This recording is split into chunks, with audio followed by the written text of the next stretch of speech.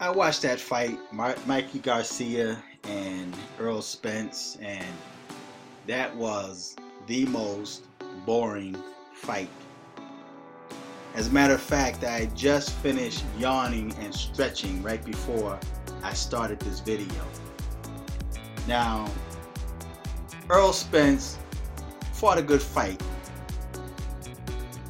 but I'm not going to say he didn't have no power, but it appears that Mikey Garcia was eating his punches.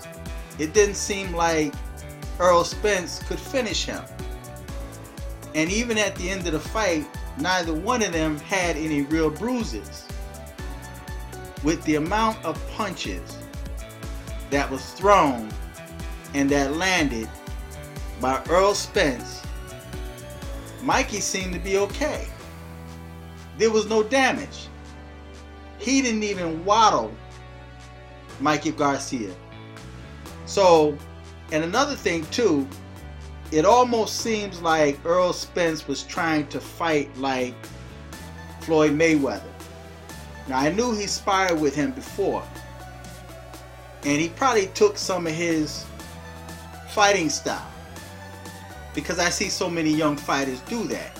Everybody want to be Floyd Mayweather. But with his size, with the number of punches that he was throwing, it didn't really seem like his punches had that much effect on Mikey Garcia. He didn't knock him out. So that fight to me was extremely boring. Errol Spence appeared to have no power. Mikey Garcia was eating those punches. And Errol Spence was trying to be Floyd Mayweather. He was trying to fight his style out there, you know.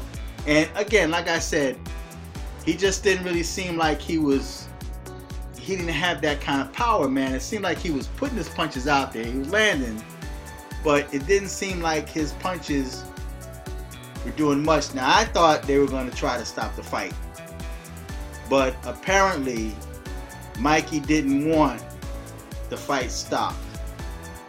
As long as he was out there and he showed like he had some type of life, they was going to let that fight go.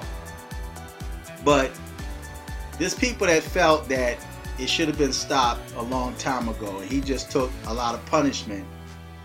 And he's got a pretty strong jaw there, man, because Errol Spence was throwing punches and he was eating them. You know, a lot of body shots, and he was still coming. And Earl really couldn't do nothing with him. He couldn't really finish him. So that makes me question, and I know it's a lot easier to be a bystander watching the fight, because everybody's got ideas of what they would have done and what he should have done.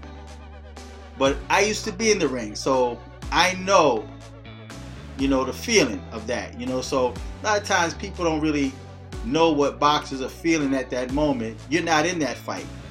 So there's a lot of things you can't see. You know, I think we see a lot more on the outside than the boxers see when he's in that ring, especially when, you know, he's got a lot going on around him. You know, he's got, you know, the crowd. He's in the center of a ring, and that ring seems so small once you're in there. And then you got somebody coming at you with the motive and intent of knocking you out, and you have to defend yourself. So there's so much that's going on, psychologically, emotionally, and even physically, man, because your body is like tired, but you just can't give up. You know, you just got to push on to try to win that fight. So I give props to Mikey Garcia. He showed a lot of heart. Mikey Garcia's got a lot of heart, and that's all he came to the fight with, was heart. He came to that fight with a heart and a jaw, because he was eating those punches. So that's my take on the fight. It was extremely boring. I'm yawning. So feedback. Tell me what you think. I got the itis now because my eyes are kind of like heavy. I'm trying to stay awake, but my eyes are getting heavy from just thinking about that fight. Alright? So feedback, tell me what you think. Until next time, I'm fearless.